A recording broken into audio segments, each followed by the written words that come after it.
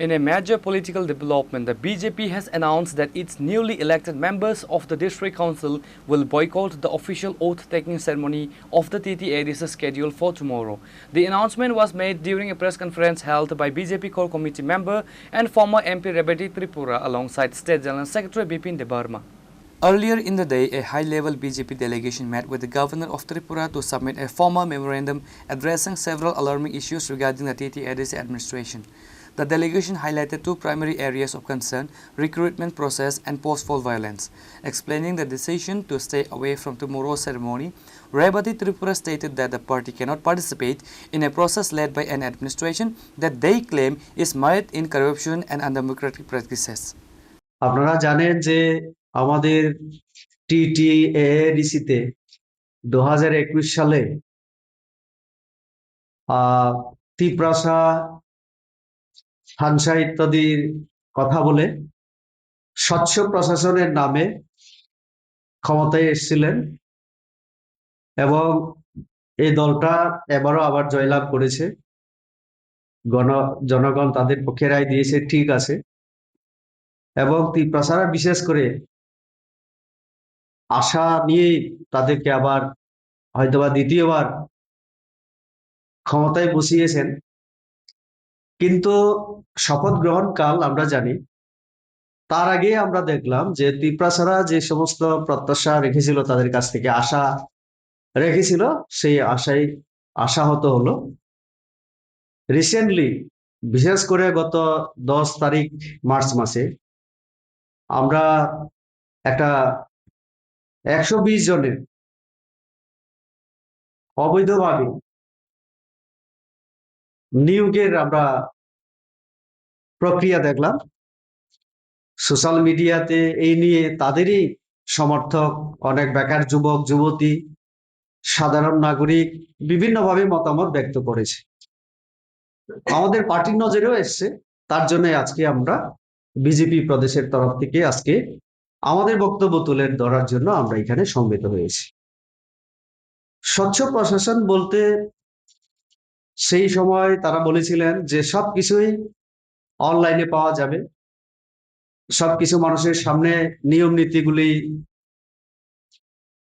মেনেই তারা সমস্ত কিছু কাজ করবে।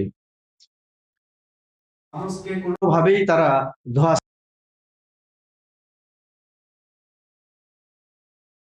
জন গ্রুপ সি গ্রুপ ডি যে নিয়োগ আমরা দেখলাম, সেটা সম্পূর্ণভাবে ইলেকশন চলাকালীন সময় সেটা করা হয়েছে।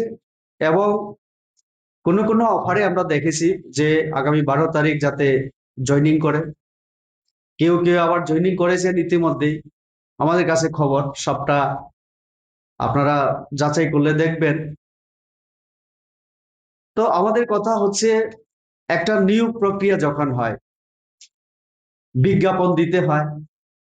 সে বিজ্ঞাপন দেখে আমাদের যুবক যুবতী বেকাররা তারা সেখানে পরীক্ষা যদি হয় বা মৌখিক যদি ইন্টারভিউ হয়, এই প্রসেসগুলির মাধ্যমে তারা পার্টিসিপেট করে এবং যোগ্যতা অনুসারে চাকরির জন্য নির্বাচিত হয়, সিলেকশন হয়। একটা বোর্ড থাকে, একটা প্রক্রিয়ার মাধ্যমে, প্রসিডিওরের মাধ্যমে সেটা হয়। কিন্তু আমরা দেখলাম যে এবারে যে 120টা চাকুরি তারা যে অফার বিলি করলো, যারা পেল তারা হয়তোবা খুশি, কিন্তু আমরা দেখেছি যে অন্যান্যরা কি অন্যায় করবে। চাকুরি এমনিতেই মানে সুযোগ কম, এখন চাকুরি হোক আমরাও চাই, প্রচুর বেকার আছে, বেকারদের চাকুরি হোক আমরা সেটা চাই, আমরাও চাই। কিন্তু তার একটা নিয়ম নীতি থাকা দরকার। আমরা যতটুকু জানি এডিসির রিক্রুটমেন্ট রুলস নেই, এবং একটা তারপরেও যেটা বিগত বছরগুলিতে এর আগে সরকারগুলি যেভাবে তারা নিয়োগ করত, অন্তত অর্থ দপ্তরের একটা অনুমোদন দরকার হয়, কারণ বেতন ভাতা দিতে হবে, রিটায়ারমেন্টের পরে অবসরের ভাতা দিতে হয়। তো এই জন্য অর্থ দপ্তরের একটা পারমিশন তাদের নিতে হয়। আমরা এবারে দেখলাম এটাকে সম্পূর্ণ উপেক্ষা করে, মানুষকে সম্পূর্ণ অন্ধকারে রেখে, মানে অ্যাডভার্টাইজমেন্ট যেখানে হয়নি, বিজ্ঞাপন যেখানে হয়নি, তো মানুষের জানার কথাই ছিল না। সম্পূর্ণ স্বজন পোষণ এবং দুর্নীতির মাধ্যমে, বেআইনির মাধ্যমে এটা নিয়োগ হয়েছে। আমরা ইতিমধ্যে সোশ্যাল মিডিয়াতে দেখেছি, আমাদের প্রদ্যোৎ বাবু ওনার মতামত ব্যক্ত করেছেন, আরো অনেকেই করেছেন। তার মানে এটাই প্রমাণ করে যে এই যে নিয়োগটা এটা বেআইনি ভাবে হয়েছে, এবং এই যে চাকরি দেওয়া হলো এটা দুর্নীতির।